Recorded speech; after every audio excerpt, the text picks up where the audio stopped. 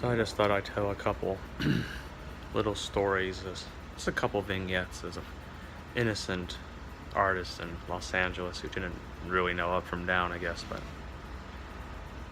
was around holidays, and I saw this ad in Craigslist for this dude who was having a year in um, nightclub concert of all the musicians he produced, so that they could celebrate the end of the year and they could all show off their hit, the records and music that was about to be released. So they needed a photographer to document the event. Now, to document, to really take good photographs at a nightclub requires a high-speed flash with a battery pack and a fast lens and a really good camera, which I was using a Pro Body, and all that's like big bucks. So, but the idea was is that you were going to do it in exchange for future work, okay? And this is one of those first times I'd done that, okay? So I went over there, and I worked on newspapers before, and they would have, So the dude who was doing it, we'll just call him Joshy. Hi, Joshy. He was this corpulent 5'6" guy who liked to wear really fancy red clothes. He was apparently very talented. He wasn't from LA. He was from somewhere else. I don't know where. And somewhere south, I guess. I think he was a Mason because I found that out on his Facebook page. And the music was really pretty good, actually, but he wasn't like a big label. He was just sort of like an indie label. And he proudly told me, after all the musicians had performed, some of whom I actually really kind of liked, that he hoped to make $1 million off them over the next year. So anyway, he apparently decided I was going to be his photographer and threw his arm around me. He said, "Don't you worry, I'm going to show all these pictures of these guys, and I'm sure some of them will buy them, and I'll have future gigs for you and all that." So I did a photo dump, like it was agreed to, and the only time I ever really did that, I think. I gave him all the photos, and I went on. So I never heard anything. A couple of weeks went by, I didn't hear anything. So then, I messaged him again. I said, "How come I haven't heard anything? Why didn't?" He says, "Well, everyone really loved your work. They loved your photos. But everyone's dead broke and no one could pay you anything. So they didn't buy any." It's like, oh.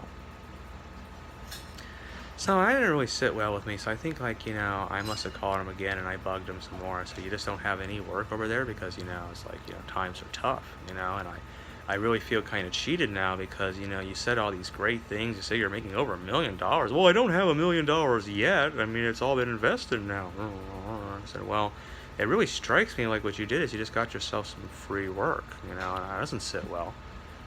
So I don't know. I mean, he must have gone back and forth a couple times. So he says, "Here, I have a gig for these guys," and I won't say their names. These duo that are like an acoustic, duo. And maybe you can take some pictures of them. So I was like, okay. So I went to his apartment complex with a good deal of my gear because I didn't know what from what these, what's going on. And I'm putting together my stuff. I've there met the musicians, and they seem pretty cool.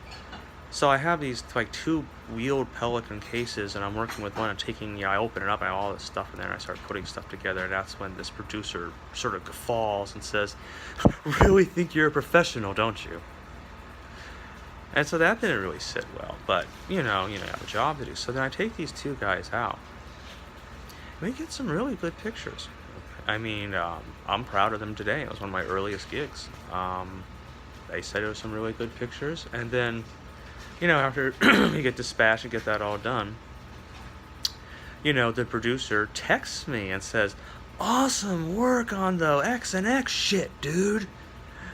So it was just like everyone agreed it was a roundabout success. Okay, so I sent them these, they had them, and that was all set to go. And then another week goes by, and then I get this message from the guy who's the head of the duo, basically, and he says, "Hey, look at this cool video." So he sends me this video, some dude doing some alternative rock thing, and the whole thing has this greenish murky cast, like some sort of algae covered metal that's been dipped in water or something. Okay, and I said, "That's nice." He says, "Can you make the pictures look like that?" I said, "Well, okay." So I sent him over a couple of samples, and I said, "Let me know, and if you want, we can meet and actually work on it." Okay, but So what happened is that basically like 2 weeks go by, I didn't hear anything, and then the next thing I know, they have sent me like the design cover they're using, and the artist, the musician, had taken it upon himself to take everything into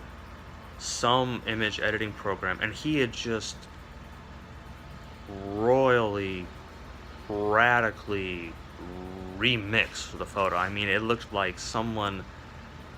I mean, I just don't know what to tell you. It looked like, it looked like the inside of a tuna can or something. I mean, it was just like, what the, it's like, it was just not, I mean, and I don't know how to explain it to you. It's sort of like, you made like you composed something, and then someone who didn't know anything about music took it and got it all out of key and all out of tune, and that's what they'd essentially done with the colors, okay? I mean, I don't know, it wasn't like a cool effect. It was an effect that was intended to be cool, and it was on my work.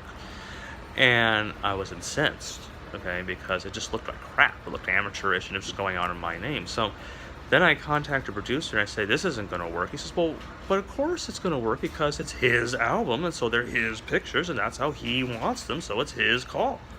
I said, no, it isn't. They're my pictures, and we could have talked about how to do them, but now he's going to make me look like a fool. He says, sorry, nothing I can do, too bad. So then I was like, lying, I wasn't able to sleep for a couple nights, and I was just tossing and turning. So finally I woke up, and I sent him a text in which I said, listen, I've been consulting with my family's entertainment attorneys, and it turns out that well, no, it's true, the images are yours. If you're, however, saying that the images are mine and the credits, that's not technically true, because the photoshopping and the image editing was done by someone else. And if you're attributing that to me, that's not true, and that's false, and that can negatively reflect on me. Ergo, that's legally actionable. So they canceled the release of their album. Says, I'm not getting sued over this shit. And so then, like, the duo had to reschedule. They had to do another printing. It was postponed by 3 months. The whole thing was like a total PR wash. It was all because of Dave. So after that guy told me I was never going to work for anyone in his line of business again. And, I was like, well, I just don't know what to say, And I'll just tell this other really, just quick one, which is just like, I had this guy who, he was also a musician, produced his own work, and while his lyrics, he had some growing to do, the music was great, just right on. And, so I worked with him several times, and one day we got this idea that we were going to do a Calvin Klein pool shoot, which we did. And we had a friend there who was also a photographer, but he had quit photography because he couldn't make the photographic lights go off when he clicked the shutter on his camera, because he would click the shutter and then the lights wouldn't go off, and so he quit. And so anyway, now he was like, friends with this guy, and he was helping on my shoot, and we did all this stuff. We put lights up, we put a background up, we got, him in a pool, we got it close, we got a special loadout tripod, we got the whole works, okay? And, managed this brilliant, like really intense black and white Calvin Klein sort of esque shot. I mean, it wasn't quite Calvin Klein-esque, but it was good for me at the time, which was, and I was proud of the shot.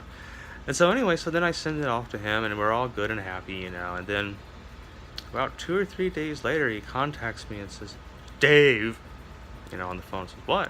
He says, you know that shot you sent me? I said, yeah. He says, it's too intense. I said, what? I said, I look too intense. It's black and white, and I'm I don't know, I just look too intense. I said, well, it's a Calvin Klein shot, dude. That was the idea. I mean, I think they're supposed to look sort of intense in Calvin Klein, I mean, and that's the idea, Says, but I look too intense. I said, okay, well, can you change it so I don't look so intense? I just want to look like an ordinary, everyday guy, okay? I mean, all my friends say I look too intense. I mean, everyone's saying that it's just too much. I just look too, I don't know. So you have something that just makes me look like someone who's like, the guy next door? I was like, but you don't understand. I mean, everything about that shoot was custom tailored just to achieve that look. It's not something I can just change. Says, you gotta do this for me, Dave. I mean, I nearly froze to death in that damn pool while you tried to take these stupid shots, man. I need something I can use. And I said, well, you know what? Why don't you just admit that you're a coward and just can't handle it, all right? And I hung up on him. Life.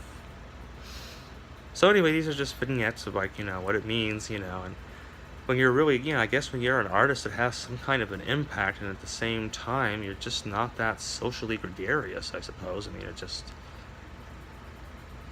I mean, what is it that they really want if they don't want what I'm giving them,